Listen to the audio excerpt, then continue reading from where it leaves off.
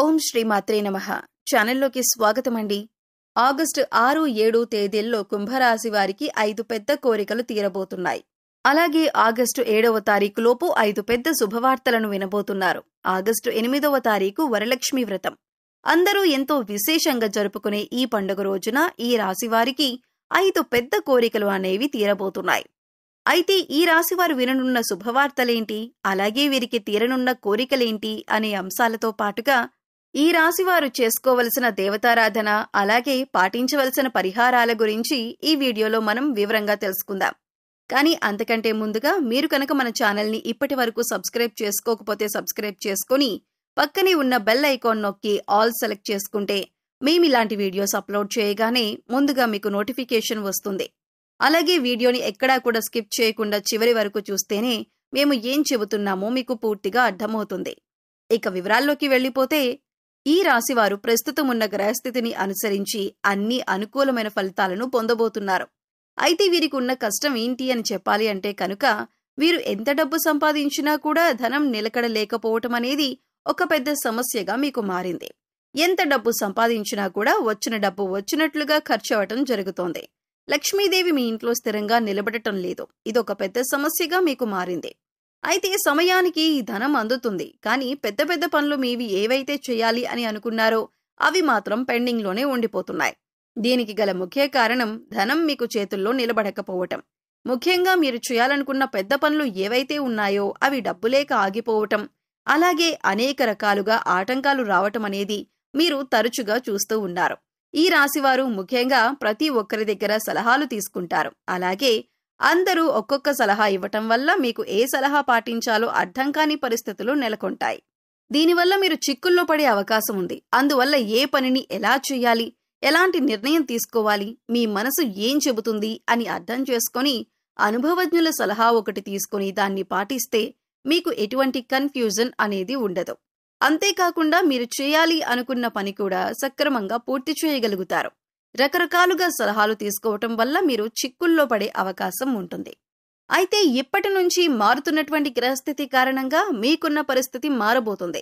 అన్నింటిలో కూడా మీరు విజయాన్ని పొందబోతున్నారు. మీ నైపుణ్యానికి మెరుగులు దిద్దుకొని సిద్ధంగా ఉండండి.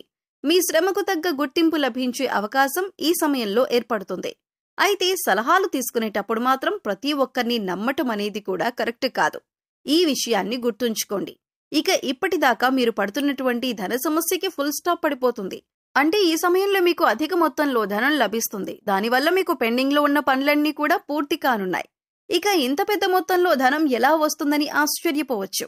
అయితే మీరు గతంలో ఎవరికైనా అప్పిచ్చి ఉంటే అవి మీకు తిరిగి ఇవ్వచ్చు. లేదంటే ఏదైనా గతంలో డిపాజిట్ చేసిన డబ్బులు మీ చేతి కింద అందొచ్చు. లేదా మీ పూర్వీకుల ఆస్తులు మీకు రావచ్చు.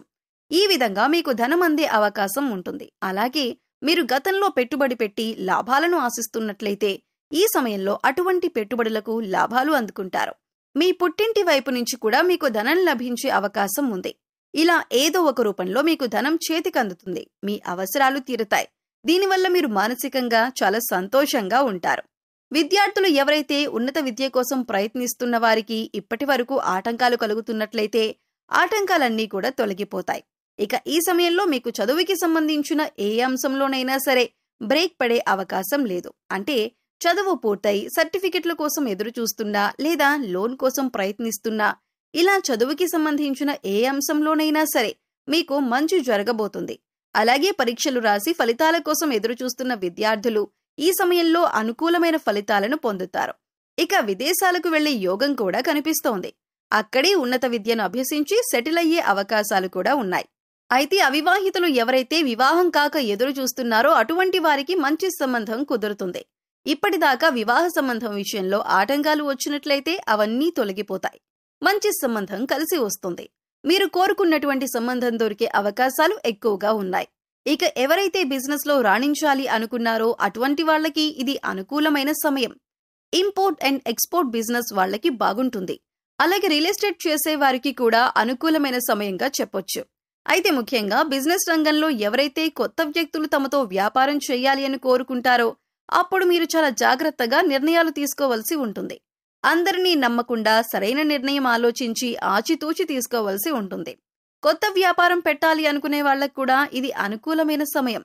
మీరు పెట్టిన పెట్టుబడికి కూడా రెట్టింపు తిరిగి వచ్చే సమయం అని చెప్పుకోవచ్చు. ప్రస్తుతం ఉన్న గ్రహస్థితి మీకు అన్ని విధాలా అనుకూలించటం వల్ల మీకు అనేక రకాలుగా అనేక అంశాలలో అనుకూలంగా ఉంటుంది.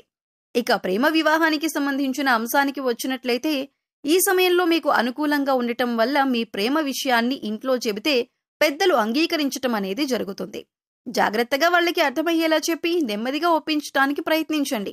ఓర్పుగా మాట్లాడటం వల్ల మీ ప్రేమ విషయంలో మీ ఇంట్లో అంగీకారం వచ్చే అవకాశాలు ఎక్కువగా ఉన్నాయి. ఈ సమయంలో రాజకీయ నాయకులకు కాస్త గందరగోళ పరిస్థితులు ఏర్పడే అవకాశం ఉంది. ఎంతో కాలంగా తమ వెంట ఉంటూ నమ్మిన వారే మోసం చేసే అవకాశాలు కూడా ఉన్నాయి. కాబట్టి మీ రహస్యాలను ఎవరితోనైనా చెప్పేటప్పుడు కాస్త జాగ్రత్తగా ఉండండి. సాధ్యమైనంత వరకు మీ రహస్యాలను ఎవరితోనూ పంచుకోకండి. క్రీడాకారులకు శ్రమ అధికమవుతుంది. అయితే ఈ సమయంలో కళాత్మక రంగంలో ఉన్న వారికి అద్భుతమైన అవకాశాలు కలిసి వస్తాయి. కాబట్టి వచ్చినటువంటి అవకాశాలను సద్వినియోగం చేసుకుంటే భవిష్యత్తులో మంచి పేరును సంపాదించుకోగలుగుతారు. అయితే ఈ సమయంలో మీరు పెట్టుబడి పెట్టే విషయంలో మాత్రం తగిన జాగ్రత్తలు తీసుకోవాలి. ఎవరైనా వచ్చి కష్టాలు చెప్పుకున్నట్లయితే అది నిజమా అబద్ధమా అని కొద్దిగా ఆలోచించి ఈ సమయంలో మీరు వారితో పెట్టుబడి పెట్టడానికి చర్చించి ఒక నిర్ణయం తీసుకోవాలి. లేదంటే చిక్కుల్లో పడే అవకాశం ఉంటుంది. ఈ విషయాన్ని మీరు గమనించండి. ఇక ఈ సమయంలో ఈ యోగవంతమైన ఫలితాలను మీరు పూర్తిగా పొందటానికి మీరు చేసుకోవలసిన దేవతారాధన పరిహారాలను చూసుకున్నట్లయితే లక్ష్మీదేవి నామాన్ని నిరంతరం స్మరిస్తూ ఉండండి. ఓం శ్రీం శ్రీయే నమః అనే నామాన్ని ప్రతినిత్యం జపించటం వల్ల మీకు లక్ష్మీదేవి కటాక్షం కలుగుతుంది. అలాగే లక్ష్మీదేవికి సువాసన వెదజల్లే సుగంధ పరిమళాలు వచ్చే వస్తువులంటే చాలా ఇష్టం. ముఖ్యంగా అటువంటి ప్రదేశంలో అలాంటి వస్తువుల్లో లక్ష్మీదేవి కొలువై ఉంటుందని మన పెద్దలు చెబుతారు. కాబట్టి మంచి గంధం తీసుకుని గాజు బౌల్లో నిండుగా నీళ్లు తీసుకుని అందులో ఒక చెంచాడు గంధం వేసి బాగా కలపండి. అలాగే కొద్దిగా పచ్చకర్పూరం తీసుకుని పొడి చేసి ఆ గంధం కలిపిన నీళ్లల్లో ఇది కూడా కలపండి.